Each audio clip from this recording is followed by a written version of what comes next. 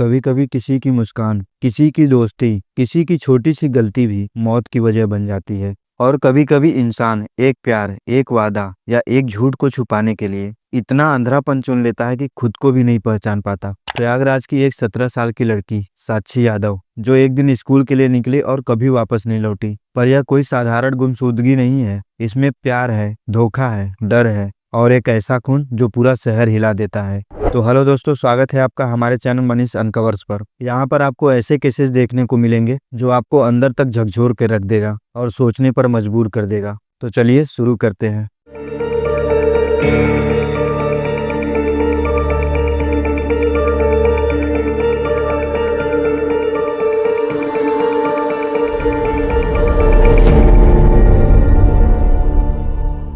10 नवंबर की सुबह, प्रयागराज की हल्की ठंडी हवा, लोग अपने अपने काम पर जा रहे थे। साक्षी भी तैयार हुई, नीली यूनिफॉर्म पहनी, बैग उठाया और घर से स्कूल के लिए निकल पड़ी। वह GGIC कटरा में 11वीं की छात्र थी, लेकिन उस दिन उसे स्कूल नहीं पहुंचना था। उस दिन उसकी किस्मत को उस जगह पहुंचना था जहां से कोई वापस नहीं आया करता।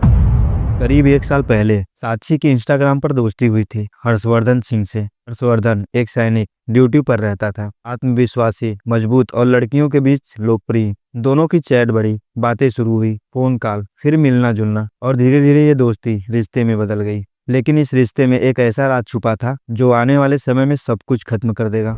हर्षवर्धन ने कभी साक्षी को ये नहीं बताया था कि उसके घर वालों ने उसकी शादी 30 नवंबर को फिक्स कर दी है। साक्षी को जब सच पता चला, वह टूट गई। उसने हर्षवर्धन से सवाल पूछे, झगड़ा किया और फिर एक दिन उसने कहा, अगर तुम मुझसे प्यार करते हो तो शादी सिर्फ मुझसे ही होगी। हर्षवर्धन के लिए यह एक मुसीबत थी। घर वालों की शादी पक्की, रिश्तेदारों को न्योता भेजा जा चुका था और दूसरी तरफ साक्षी का बढ़ता दबाव। यही दबाव उसे धीरे धीरे एक अंधेरे के रास्ते की तरफ ले जा रहा था। 10 नवंबर करीब 2:30 पर साक्षी की स्कूल पर अभी छुट्टी भी नहीं हुई थी कि वह कैंपस से बाहर निकल आई। कैंट इलाके के एक CCTV में दिखा एक काली बाइक पर एक लड़का और पीछे बैठी साक्षी। बाइक का नंबर साफ नहीं दिख रहा था, लेकिन साक्षी बिल्कुल साफ दिख रही थी। यह उसकी आखिरी वीडियो थी, उसके जिंदा होने की आखिरी गवाही। हर्षवर्धन उसे शहर से दूर थरवई के लखरावा गांव के पास ले गया। आसपास खेत, मिट्टी, कोई आवाज नहीं, सिर्फ हवा की सनसनाहट। वहां पहुंचकर हर्षवर्धन ने बाइक रोकी। साक्षी को कुछ शक नहीं हुआ। वह उतरी और तभी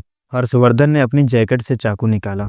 साक्षी कुछ समझ पाती उससे पहले कंधे पर, गर्दन पर, सीने पर लगातार वार। साक्षी लड़खड़ाई, चीखी, भागने की कोशिश की, लेकिन वहां मदद करने वाला कोई नहीं था। चंद मिनटों बाद 17 साल की मासूम जिंदगी चुप हो चुकी थी। अब हर्षवर्धन घबरा चुका था। उसने पास ही पड़े झाड़ियों में खोजा। एक पुराना फावड़ा मिला, या शायद वो पहले से ही लेकर आया था। उसने मिट्टी खोदनी शुरू की। 3 फुट, फिर 4 फुट। पसीना बढ़ता रहा, डर बढ़ता रहा और समय निकलता जा रहा था। जब गड्ढा बना, उसने साक्षी का शव उसमें धक्का दिया, मिट्टी डाली, ऊपर से पैर मारकर समतल किया और बिना पीछे देखे वहां से भाग गया। लेकिन एक चीज वह भूल गया, मिट्टी में दबी हुई एक कलाई आधी खुली हुई थी, जो बाद में पूरे राज को खोल देगी। उधर साक्षी का घर रो रहा था। शाम तक वह वापस नहीं आई थी। रात तक फोन बंद था। माता पिता थाने भागे, गुमशुदगी की रिपोर्ट लिखाई गई, लेकिन पुलिस ने शुरुआत में इसे भागकर जाने का मामला समझा और यही लापरवाही कई दिनों तक चलती रही। सच्चाई का पहला सुराग, वह बैग, साक्षी का बैग, कैंट इलाके के पास मिला। उस बैग में कुछ पन्ने थे और उस पन्ने पे कुछ लिखा था, दीपक। दीपक हर्षवर्धन का दूसरा नाम था। यही छोटा सा नाम पूरे केस का रास्ता बदलने वाला था। 15 नवंबर करीब 8:30 बजे, एक कुत्ता जो अपने मुंह में इंसानी हाथ लिए खा रहा था। लखरावा गांव के पास किसान खेत जा रहे थे। तभी किसी की नजर उस कुत्ते पर पड़ी। पहले उन्होंने सोचा किसी जानवर को खा रहा है, लेकिन जब पास गए और आसपास की मिट्टी हटाई तो बदबू, कपड़े, बाल और फिर पूरा शव। गांव में हंगामा मच गया। पुलिस बुलाई गई और जब शव निकाला गया, पहचान की गई तो यह साक्षी थी। CCTV फुटेज प्लस बैग में लिखा नाम प्लस फोन लोकेशन, तीनों ने सीधे एक ही नाम पर उंगली उठाई, हर्षवर्धन सिंह। उसे पकड़ने के लिए पुलिस ने जगह जगह सूचना दी और आखिरकार उसे मनसैता के पुराने पुल के पास गिरफ्तार कर लिया गया। पूछताछ में पहले तो वो झूठ बोला, लेकिन जब सबूत सामने रखे गए तो वह टूट गया और उसने सब कुछ बता दिया, मिलने से लेकर हत्या तक और छुपाने की कोशिश तक। साक्षी के घर पर मातम फैल गया। माँ बाप की चीखें पूरे मोहल्ले में गूंज रही थी। लोग सड़कों पर उतर आए। सोशल मीडिया पर न्याय की मांग चल पड़ी। एक 17 साल की लड़की प्यार में धोखे की वजह से दरिंदगी का शिकार हो गई और दोषी कोई गुंडा नहीं, एक जवान सैनिक था जिससे लोगों को सुरक्षा की उम्मीद रहती है। इस केस ने एक बात तो साफ कर दी कि सोशल मीडिया की दोस्ती दिखने में जितनी खूबसूरत लगती है उतनी ही खतरनाक हो सकती है, और प्यार जब एक झूठे से शुरू होता है तो अक्सर मौत पर ही खत्म होता है। साक्षी आज भी जिंदा होती अगर वह किसी गलत इंसान पर भरोसा न करती। हर्षवर्धन शायद जेल में नहीं बैठा होता अगर वह सच बोल देता